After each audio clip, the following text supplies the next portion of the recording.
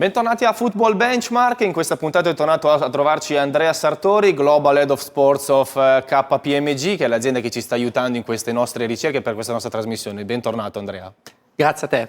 Andiamo ad analizzare un caso virtuoso per il calcio italiano, ne abbiamo parlato spesso anche nelle scorse puntate, tangendolo come esempio, come detto, virtuoso per il nostro calcio, che è quello della Juventus nella gestione di Andrea Agnelli nello specifico. Parliamo di esempio virtuoso non solo per i risultati sportivi, quelli che si sono visti sul campo, ma Andrea anche per i risultati economici che andremo a vedere in questa puntata. Nella prima grafica vediamo i ricavi, perché dalla prima stagione dell'era Agnelli, che è il 2010-2011, vediamo una crescita netta su cui poi andremo a specificare il perché. Come si arriva a questo tipo di crescita, che è quasi un raddoppio rispetto a quello che vediamo? Sappiamo che i 154 milioni di euro della prima stagione Agnelli sono più o meno i ricavi che si avevano nell'annata della Serie B. Come si arriva a questo miracolo economico? Perché siamo a più del 50% in più.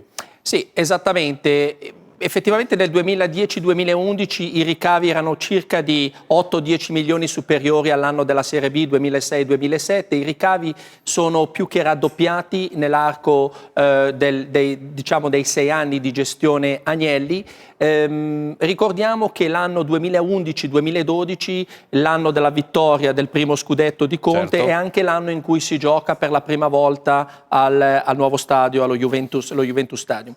Nella prima stagione Agnelli siamo partiti con una perdita di 95 milioni di euro e con il famoso 7° posto. Chiaramente. Di gestione.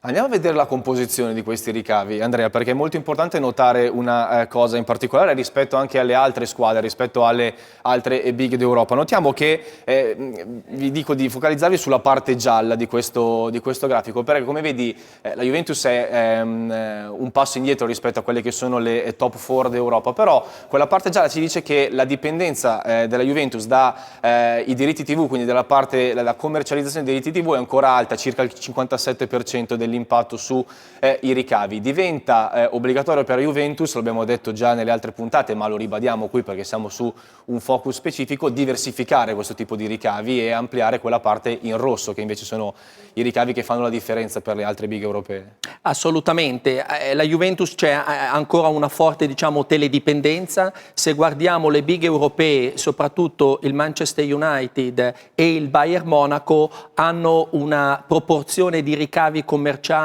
che è altissima, in eccesso del 55%, e in valore assoluto 3 volte superiore a quelle della Juventus. Diciamo circa 100 milioni per Juventus e oltre 300 milioni sia per lo United che il Bayern Monaco. Ma anche per andare a mettere poi in un contesto internazionale la Juventus con le top 4 europee, la Juventus ha un fatturato che è ancora poco meno della metà di quello del Manchester United, che è circa 690 milioni di euro contro i circa 340 milioni dei bianconeri.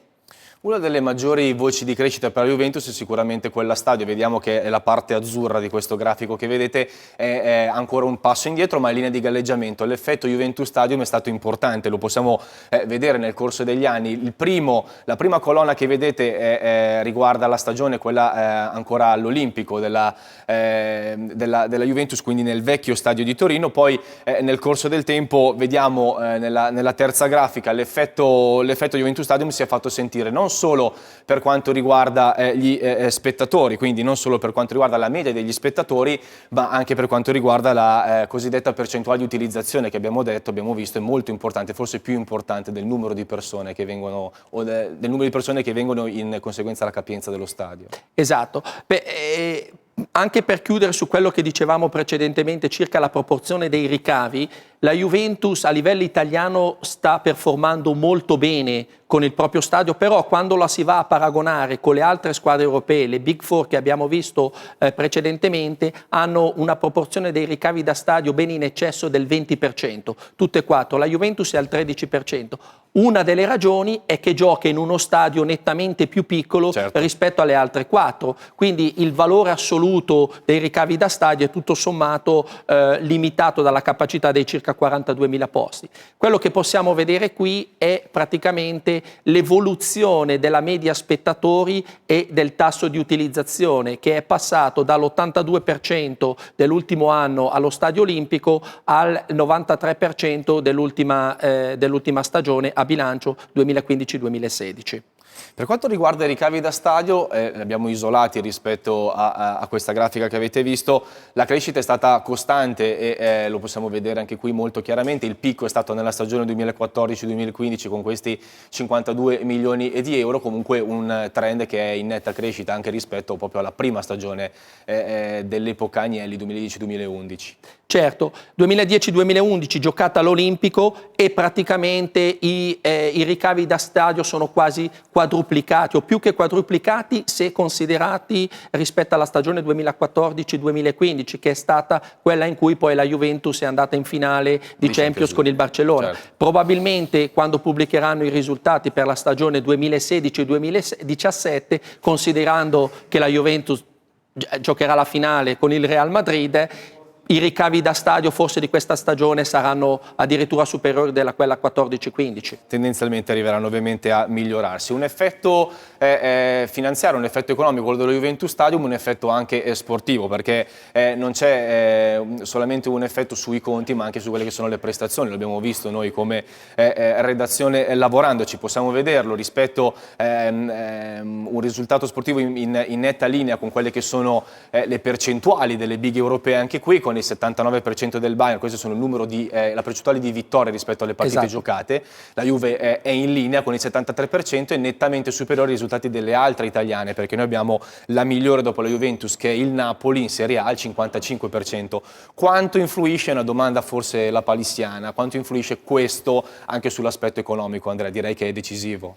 Ma in un certo senso è decisivo, direi che dipende anche un po' dalla competitività poi del campionato in cui si gioca, perché vediamo qua il Bayern Monaco ha una percentuale di successo delle partite giocate in casa negli ultimi 5 anni del 79%, però la Juventus è direi messa molto bene al 73%, se guardiamo quest'anno e prendiamo solo le partite di campionato, la Juventus ha vinto 17 partite su 18, certo. Quindi direi che ha dato un buon prodotto ai propri abbonati.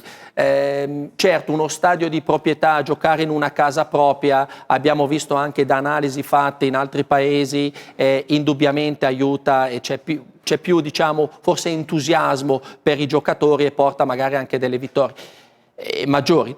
Ovvio che bisogna avere sempre la squadra. Chiaramente non è un caso che la Juventus da quando gioca nel Juventus Stadium ha sempre vinto il campionato, perché dalla prima stagione fino ad ora sono 6 gli scudetti arrivati in 6 stagioni giocate in questo tipo di stadio, quindi non può essere che un fattore rilevante perlomeno per un'analisi non solo economica ma anche sportiva. Passiamo agli stipendi, Andrea, anche qui in relazione alle big europee ma anche in relazione alle squadre italiane. Vediamo la capacità in questo grafico della Juventus di mantenere un livello di stipendio minore, addirittura del 40% minore rispetto al Barcellona che ha questi 372 milioni, un livello di monte stipendi che è nettamente superiore invece alle altre squadre italiane. Sì, prima di tutto diciamo che questi stipendi includono sia la rosa che lo staff tecnico e diciamo lo staff amministrativo della squadra. La Juventus, come dicevi giustamente tu, praticamente spende 150 milioni in meno rispetto al Barcellona, però e chiaramente ha un fatturato anche nettamente inferiore. Diciamo, l'indice su cui bisogna focalizzarsi è il rapporto stipendi-ricavi e la Juventus è al 65%. Quando la andiamo a paragonare rispetto al Real Madrid e al Bayern di Monaco, che operano tra il 47-48 fino al 50%, la Juventus è ancora, diciamo, ha delle opportunità di miglioramento. Diciamo che i costi sono cresciuti nella gestione Agnelli del circa il 10% annuo, mentre i ricavi nello stesso periodo sono cresciuti del 14% e questo chiaramente ha avuto un impatto sulla profittabilità. Assolutamente, e sulla redditività, quello che si dice che è poi il dato che interessa di più ai gestori di società, perché lo possiamo vedere nell'epoca Agnelli parte con questo passivo, lo possiamo chiamare così, questa perdita di 95 milioni,4 ed è arrivata nella scorsa stagione, Andrea, al 4,1. Che tipo di miglioramento ci possiamo aspettare per la stagione che stiamo vivendo, che potremo analizzare poi nella prossima primavera? Diciamo che guardando questi risultati non dobbiamo dimenticarci che la Juventus parte da questa prima stagione con meno 95 milioni, c'è stato poi un aumento di capitale, ci sono stati investimenti importanti, incluso la preparazione del J-Village che sarà aperto in questa stagione, che coinvolge lo sviluppo dell'albergo, il nuovo centro di allenamento, nonché il nuovo centro direzionale della Juventus. Importante anche dire che in questi 5 anni la Juventus ha fatto oltre 130 milioni di plusvalenze derivanti dalla vendita dei giocatori e indubbiamente con una crescita dei ricavi commerciali, perché è lì che si gioca veramente la partita, perché la possibilità di influenzare i ricavi da stadio e i ricavi televisivi è in un certo senso limitata. Quindi la Juventus deve crescere i ricavi commerciali e per far questo deve vincere in Europa, perché vincendo in Europa tu hai la possibilità di avere un riconoscimento maggiore internazionale, vendere più magliette, avere più engagement a livello di social media, certo, e di conseguenza crescere. Andrea, a proposito di vincere in Europa, la finale che ci aspettiamo, quella contro Real Madrid, abbiamo fatto un confronto con questa grafica che possiamo vedere in cui si nota che, lo potete vedere anche a livello visuale, cioè la parte rossa del Real Madrid è ancora molto superiore. Che cosa possiamo sottolineare di questa grafica? Chiaramente una grossissima differenza dei ricavi, il Real Madrid è nettamente avanti di circa 240-250 milioni.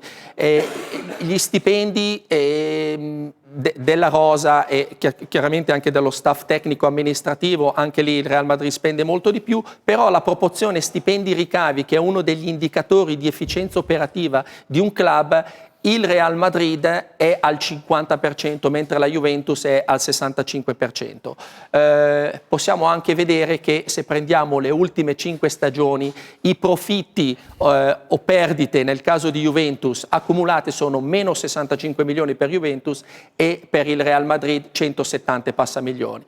Interessante anche in virtù della partita che sarà giocata, il valore di mercato della rosa del Real Madrid è di circa 300 milioni superiore a quello della Juventus. Infatti da parte sportiva diciamo l'occhio cade su quello, cioè la netta differenza è quasi un 40% in più, anzi senza quasi, 765 milioni è veramente una cifra mostruosa. Sì. Direi che un altro indicatore a mio avviso molto interessante è il numero di follower di social media, quindi qua prendiamo Facebook, Twitter e Instagram. Il Real Madrid ha oltre 4 volte il numero di followers della Juventus e in un certo senso questo dimostra il valore commerciale, il valore del marchio Real Madrid rispetto ai bianconeri. Assolutamente. Grazie ancora ad Andrea Sartori. Prego. Ci vedremo nella prossima puntata e ovviamente torniamo settimana prossima con Football Benchmark.